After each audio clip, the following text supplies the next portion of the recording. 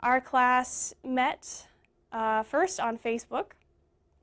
We talked about different articles, we posted things, bounced comments off of each other. It was very interesting hearing from the Indian students and finding out what their opinions were, along with the instructors kind of bringing a new level to the discussion, giving us questions, encouraging us to think further.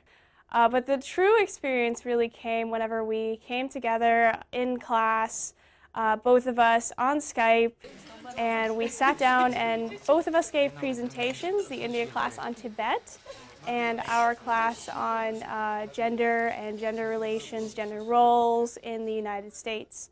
I think the coolest part of our discussion was getting to ask the students questions afterwards, asking them about personal experiences. For example, one of the students had actually fled from Tibet, and he gave us his experience on leaving the country, trying to find a place for himself in India, going to the Tibetan Autonomous Region. All of that was just amazing to hear about his struggles and how far he had come, and I can't even imagine my own self in his shoes.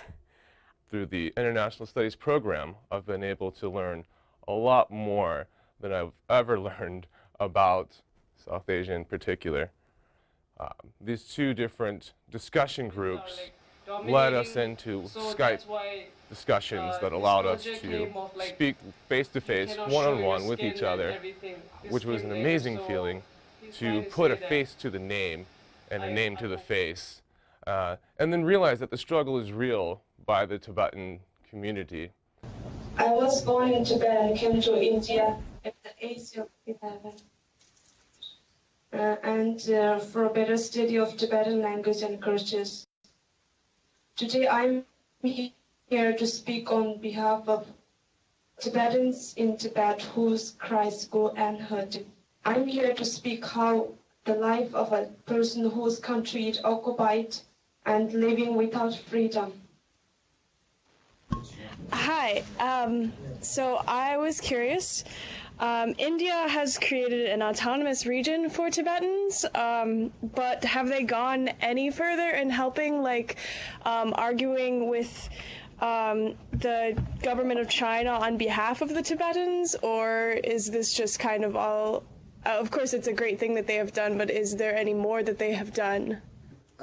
In a way, they always try to look after Tibetans, but due to their own sort of, this global governmental level, it is so there are so much politics, and since every Indians, they also have lots of problems. The gap between rich and poor, corruptions, and there are a lot of problems in India itself. So Nehru has committed a great mistake, big mistake, like he said that Tibet is a part of China.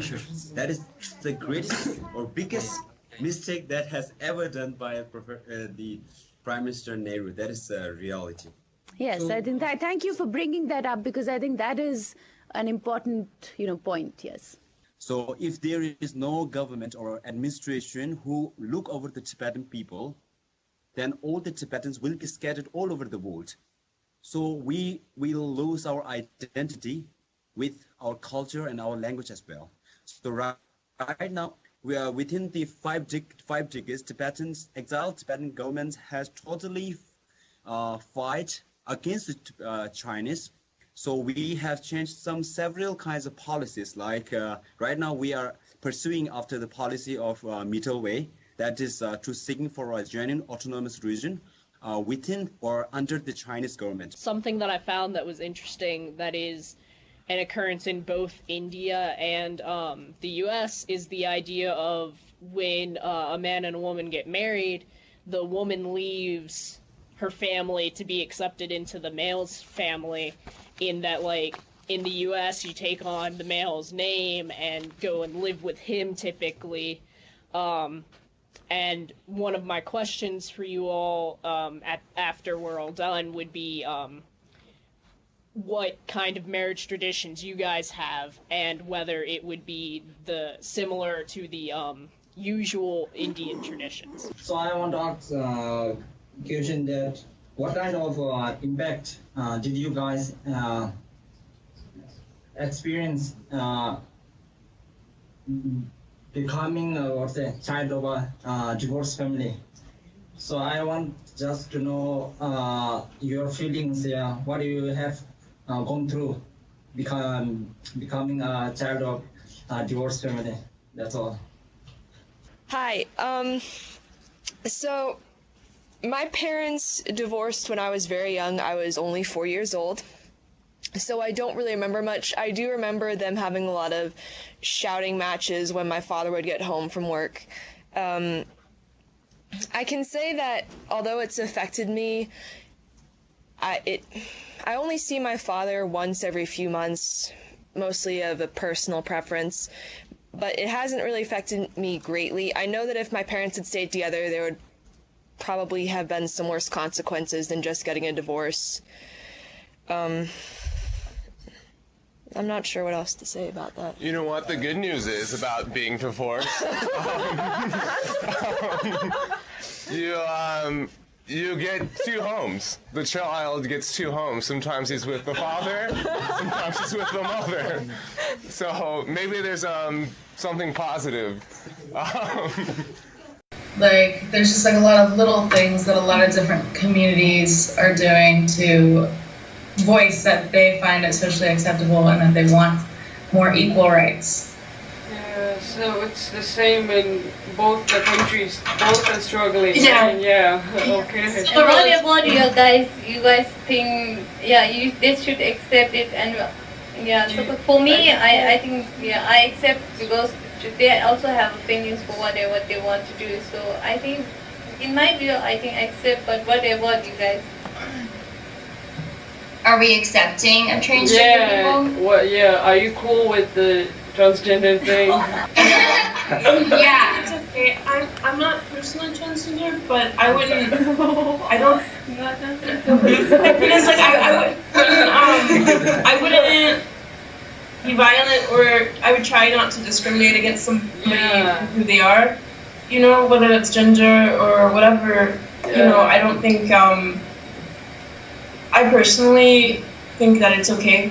Yeah, that's good. Yeah, that's what I was gonna touch on.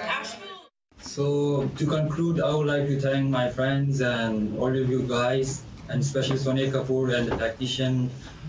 It's been a great month. I'll see you on Facebook. Bye. See you. Bye. Call me. That would cost a lot of money. Yeah, on Skype. Call me on Skype. I'll see you. Bye. Bye. Soyala shujela choterela nobumina kande hey sundale muso zang zang zang zang zang zang zang zang zang zang zang